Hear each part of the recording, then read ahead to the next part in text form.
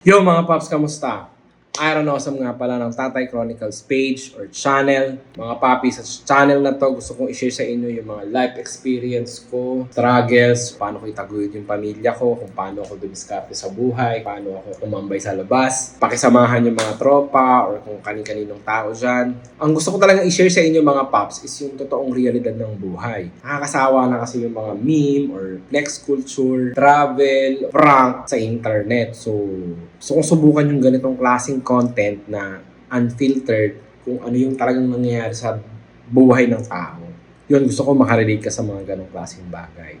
Hindi mo na kailangang i-like o i-share yung mga i-upload ko dito Pero pwede mo ako i-follow para lagi kang updated kung ano man yung ilalagay natin. Basta ang importante, makarelate ka dito, tapos makapulot ka ng aral. At the same time, ako din, gusto ko rin makapulot ng aral sa inyo kung ano man yung mga dapat nating pag-usapan. Actually, pwede mong panoorin itong mga videos ko pag wala kang kausap. Pag kung tamang struggle ka sa buhay or alam mo yun, pwede ka mag-comment. Kung ano man, bahala ka na. Matanda ka na, alam mo na yung tama at mali.